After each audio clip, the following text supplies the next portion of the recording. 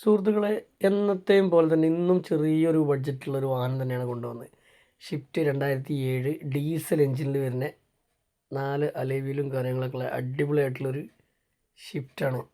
2007 2027 വരെ പേപ്പർ കാര്യങ്ങളൊക്കെ ഉണ്ട്. അപ്പോൾ ആവശ്യക്കാരുണ്ടെങ്കിൽ വിളിച്ചോളി.